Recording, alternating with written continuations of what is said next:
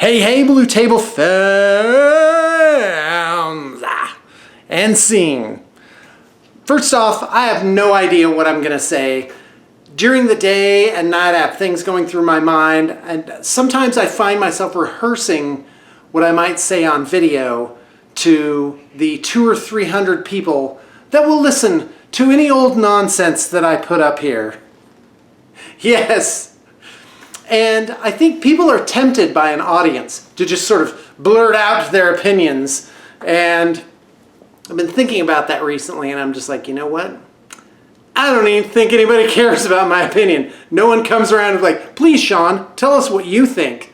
And then, of course, I just turned 51, and I'm thinking to myself, yeah, it's the same old stuff. Everything just goes in cycles. And so, me personally, I just sort of sit back and I mind my own business. Anyway, those were like messages coming in on my phone. Should I check them? Should I be like totally rude right now and check them? I was listening to Jimmy Carr. Oh yeah, there you go. Nice. And really like him. Oh, I was watching, yesterday I had the good fortune to watch Palm Springs, which is a movie on Hulu. And it's has Andy Samberg as one of the leads. He's the guy from Brooklyn Nine-Nine. And I think he was on Saturday Night Live. And that movie was really awesome. I really liked it. And yeah, I wrote a review about it on my Facebook page. I just realized I'm wearing a black V-neck.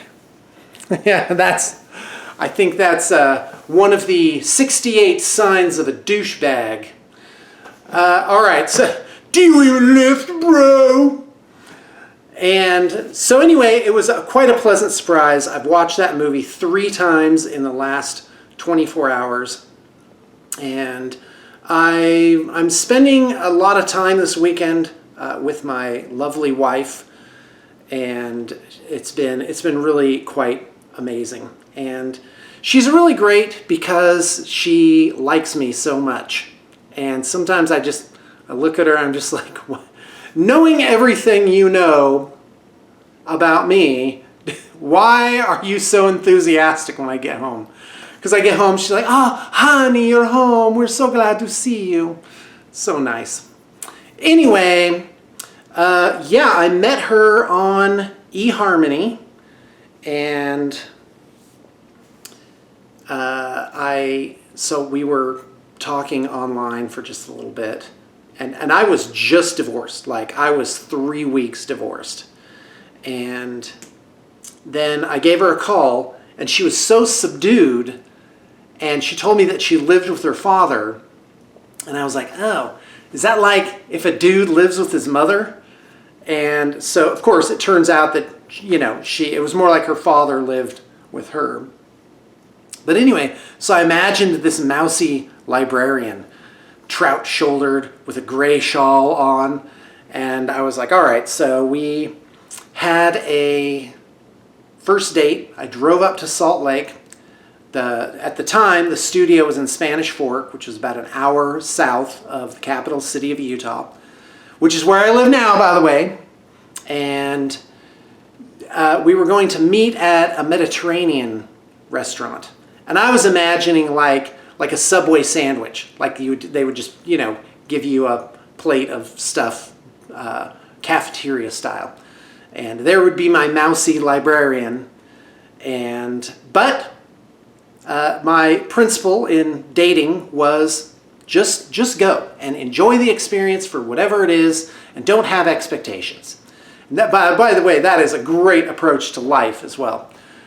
I get to the Mediterranean place, and it is magic. What an amazing jewel of the city. It was like beaten copper pillars that had star-shaped insets and fairy lights inside of them. And of course, all the, I said Mediterranean, I should have said Middle Eastern. So all of that sort of aesthetic, rugs and pillars and lanterns, it was wonderful. So I walk in and I'm doing a scan for the frumpy librarian, and there's this woman, this gypsy princess with raven locks, wavy black hair, ruby lipstick, and eyes like dark coffee. And she's waving to me enthusiastically. And I'm like, oh, is the librarian behind this beloved vision? No, that was her. So my initial impression of what would later become my wife was how lucky. I was like, this is awesome. This turned out a zillion times better than I had expected. And I would say that overall for the whole relationship, that I've been very fortunate to meet such a great person of high quality and good character that is also gorgeous. And I have really taken efforts to improve myself and make sure that I can make it worth her while. Anyway, I don't know why I told that story, how I met my wife. Unfortunately, that restaurant, we went there for our 5-year meet-iversary earlier this year, and within a few months that restaurant had folded. And that was it. They were just closed. So, and we were both very sad because that was a place that we liked to go and remember how wonderful it was to meet. And all the years, of course, that we knew each other, have known each other, and were together. So there you go. There's that. And things are always moving forward. You can never step in the same river twice. And there's nothing for it but to look on the bright side and look for what's good that's coming around. And I have to say, watching my kids grow up, they're growing up in a different world, and a world that in a way is much more wonderful than what I grew up in. You always think, the 80s were the best. Well, guess what? At the time, they were great. But that doesn't mean that what's happening right now isn't also great. My kids, they live in an age, the age of YouTube, the age where all information is available to them at the same time. And I grew up in an age where you needed encyclopedias for that. And I remember how excited I was about encyclopedias. I would literally sit there and just read the articles in encyclopedias. I just love it, voracious for knowledge. And the internet has just given me so much. On the other hand, though, sometimes I think, wouldn't it be great to read minds? And then I could just know what everybody was thinking. Oh no, Sean. No, that is a terrible, terrible thing. You definitely don't want to be able to look in everybody's mind. Like those science fiction things, Cerebro from the X-Men, where it's like, the minds are too great. It's like 1,000 people are screaming at the same time. Well, that's what it's like to scroll through on Facebook. I scroll through Facebook and I'm just like, ugh, like I'm sick to my stomach, but it's actually my brain because I've allowed any old garbage in there. Anything anybody happens to be thinking, yep, and it goes into my brain. Oh, I'll worry just a little bit about that too. I'm like, no, you can't let it all in at the same time. Somehow you got to be selective. Anyway, what else is going on in the life of Sean? I got to admit, I've had a pretty tough time of it the last couple weeks. I've been in a little bit of a personal slump, but guess what? I'm coming out of it, and I've gotten better at that. When I'm feeling a little slumpy or feeling, a little, I don't know, what's the word I'm looking for? I don't want to say dark, but anyway, now I have the presence of mind to be like, no, Sean, guess what? Everything gets better. Usually in a day to 7 days. Isn't that nice? And the other thing is, you can come up if you want. I'm just doing a little ramble. Coming out of my Doing lair. a ramble. Yeah, his lair. My 15-year-old son just came by, and he's having a magic time of his life where he's enjoying his summer vacation without a care in the world, right? Not a single F has been given for the past 3 months. Yeah, there you go. He's having a good time. And what was I talking about? Yeah, things always get better, and it's been good. This has been a good weekend. Today was a really good day. I basically just hung out with my lovely wife and my 4-year-old daughter. She's hilarious, and very like a little like a mix of Shirley Temple and Ellie Kemper, I think, where she's got a personality on her, and it's all my fault. Luly's like, she did not get this from me. And let me tell you, that girl's paying attention to things that she likes. What else? I'm running my D&D game. I have a dream.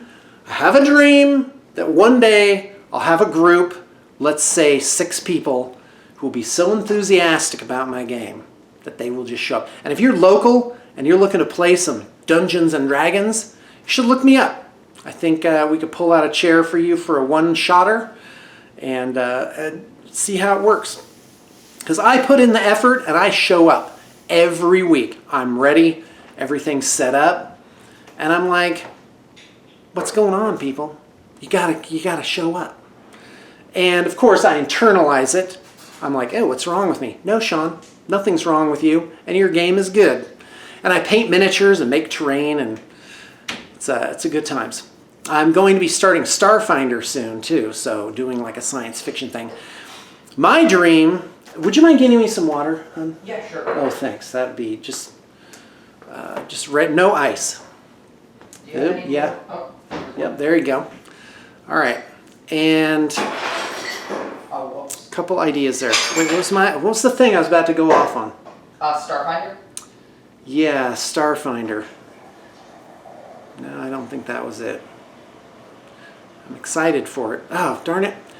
Oh, and so I have my kids this summer, and we split up what's called KP, Kitchen Patrol. And do I have my thing not straight? I haven't like put anything in my hair to keep it from looking like a crazy wizard, which I do, and I'm like really self-conscious about these flyaways on the sides. I like to keep them down with something, and today I don't have anything in there.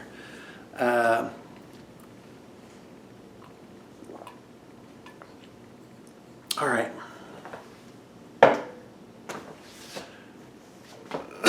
So my life experiment is with the idea of letting things go in their natural course. And the thing is, people are the way that they are. They have a nature. And every human, not only humans in general, but humans have individual natures. And I think the individual nature is much stronger than the general human nature. Every single human being is vastly different from another.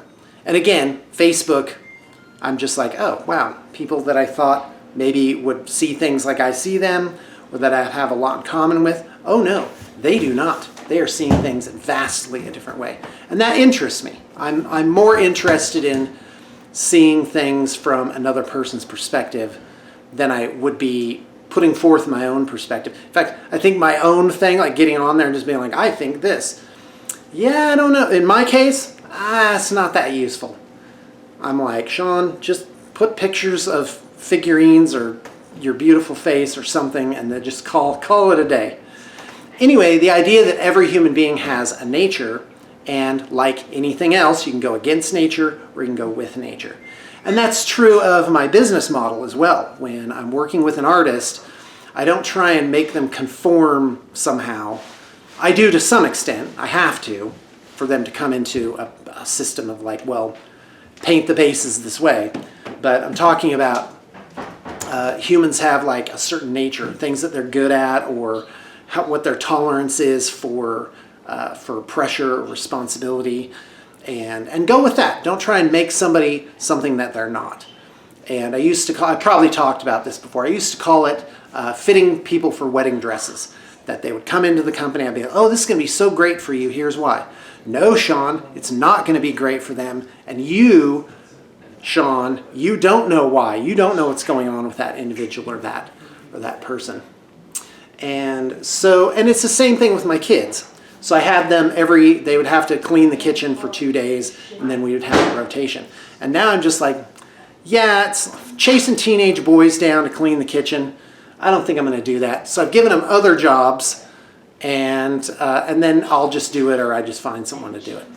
And they'll come around to it. Like, I didn't always know how to cook until very recently in my life, ages 1 through 47. I did not know how to cook. Ages 48 through 51, I became good at cooking. And so what's going on? Do you guys have something to say? You just sort of snuck by without saying anything. Well, peek in and say hi. Ah, there you go. Off to my manhole. Oh, good. Yeah, show off your thing. We came into these endless spells of Cahorn, so there you go. Cool. Slaves to Work in darkness, progress. but, Very yeah. nice. Slaves to darkness. All Whatever. right. There you go. Yeah, we get in weird stuff on trade. And by the way, check out our trade program. Yeah, you know, I gotta take a pitch at our services. It's good. If you have an army that you put together and it's just this tie to plastic, your pile of shame of models that you just never got around to, put in for a quote. Because my lowest level, which I call the $5 haircut of miniatures painting, it's pretty darn good. And the price is like, nah. And you can split it up into as little as tenths. And it's good, guys. I think people get like and they're sticker shock to having your army painted, but not necessarily. Anyway, so yeah, there's that. And you can take the edge off by trading in a bunch of your old stuff that you're not going to use. And don't be embarrassed, because one man's trash is another man's treasure. And what I do is I just take that giant pile of stuff, this huge box of things that you just went and just cleared out your garage. I turn it into a credit. Usually it's for assembling and painting service. And it makes it that much more affordable. I think anybody can do, if you can be in this hobby at all, you can afford blue table painting to do your army. And I've got a lot of great artists. My business model is absolutely fantastic. And it works to the advantage of you. And I think, like in the last 5 or 6 years, I've thought, well, if my service, I don't go out and advertise. I don't know if you know this, but I don't advertise anywhere. I just, I'm like, my thinking is, if my service is good, then people will just keep coming to it. And there will be a natural flow of things. And if there's not, then I need to scale it back down to a business model and type that fits whatever level is the actual demand for it. To be a natural part of the human system overall. And things aren't meant to last forever. I won't be around forever. I'll just accept my beautiful place in all of this and enjoy it for as long as it lasts. Yeah, and I gotta tell you, I am enjoying it. My great joy in life, wow, my glasses are like super reflective. My joy in life is painting miniatures and running my D&D game. My fantasy world is that through some method, I have resources. Now in the 2 fantasy universes that I've written up, I simply have a card, a black titanium card, and I'm able just to get the things that I want. And I still work with artists, but they're actually working with me, and I'm the client for whatever it is. So the relationship changes a little bit. Like right now, I own Blue Table Painting, but also, and I have artists and myself and my artist and Jonah. Jonah helps out like maybe 3%.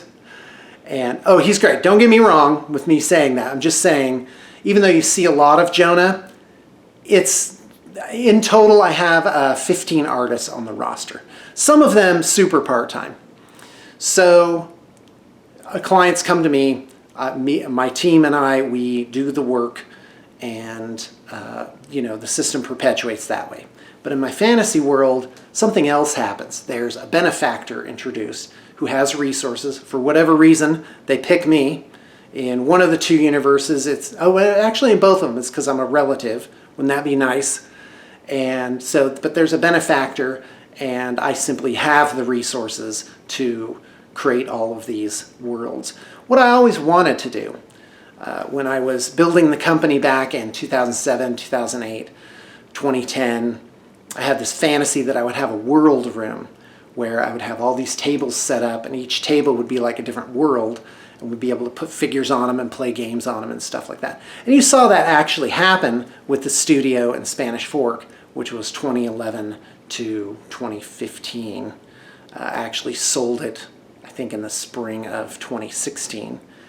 And that was great, but that was a different mechanic, like a lot of different humans, a lot of pressure. And so anyway, in my fantasy world, I simply have the resources, but where are you in all of this? Oh, you change from a client to a guest, where I have this really amazing place. If you want to look up my fantasy place for my ultimate man cave for role-playing and warm gaming, it's 5363 Q Cliff Road in West Vancouver, Canada, and you can look that up on YouTube. I have a whole. That's my happy place, guys. That water's amazing. By the way, I drink loads and loads of water. I'd say at least a gallon a day. And love water. Water is good. All right, so anyway, and so the role of all the fans and who are now clients changes to that of guest. That I simply have the resources to just have people out. If you can make it out there, you can stay there for a while. A week, a month, 3 months. Artists, I imagine, sometimes come out for 6 months. No expenses. All of a sudden you're in a life where you have this beautiful place to be, and the fridge is always stocked with amazing things. And there's always, and there's resources. There's places, there's a workshop to go and 3D print things and create something. And that's what I do. And my new existence becomes running those Dungeons and Dragons games 2 or 3 times a week, but with support. That would be amazing. And I have this fantasy for it. I know how to do it. I know how to organize it. I know what materials to buy and how to set everything up. All I need is that magic ingredient of the raw materials, money, to just, like, that's the soil and I'm the seed, that I can go into that resource-rich environment and just create something crazily awesome. And of course there's a lot more to that. And I've been thinking recently, I tell my story to a lot of different people sometimes. Now that I've married into a family, I find myself telling my tale again. And the tale grows longer because there's more years added to it. And I think, wow, I'm just telling the same story over and over again. And in a way, I have the same results over and over again. I would modify the saying, those who forget history are doomed to repeat it. I think it's the opposite way around. Bringing up history again and again and again, it kind of makes the same things happen over again. And I'm not saying forget about it, but refocus to a better future. Wouldn't that be great to have a better future? And I'm talking about, by the way, my own personal life, nothing else. And my personal life, I think, well, how often do I talk about how I would like things to be? And I have to say that it's not that often. It's probably 85-15 is the percentage. Only about 1 time in 6 am I really talking about how I would like things to be. And that, to a great extent, my life actually is pretty close to my fantasy lives. It's kind of like this scaled down, simplified version of it. And sometimes I look at it and go, oh, all that vision boarding didn't necessarily come to pass. But the fact is, well, you know what? The game's not over yet. and you never know how things are going to pan out. And I certainly take responsibility for my own existence. I think that things are the way that I am inside. And they're good, too. Looking at my lovely wife in the morning, like, wow, what a great manifestation. She very closely matches something that I wrote up many years ago. Codenamed Luna, that I would have this very, what's the word I'm looking for? That she'd be happy to see me. A very attentive person who was also very mild. And that's really nice. The rapids were great and a fun, wonderful adventure. But also the placid river that simply gently carries you along, that's nice too. And that applies not only to my wife, but also life in general. That my life has gotten very simplified, and it's, mwah, thank you very much. And so my fantasy world is actually pretty close to my real world in many ways. I'm missing a pool. Pool would be nice. Yes. All right, well, I managed to come in with no topic at all and talk for 27 minutes. So you're welcome for your entertainment, and I hope that you're getting something out of this channel. I certainly would like to put up a lot more videos. That'd be pretty cool. More to come.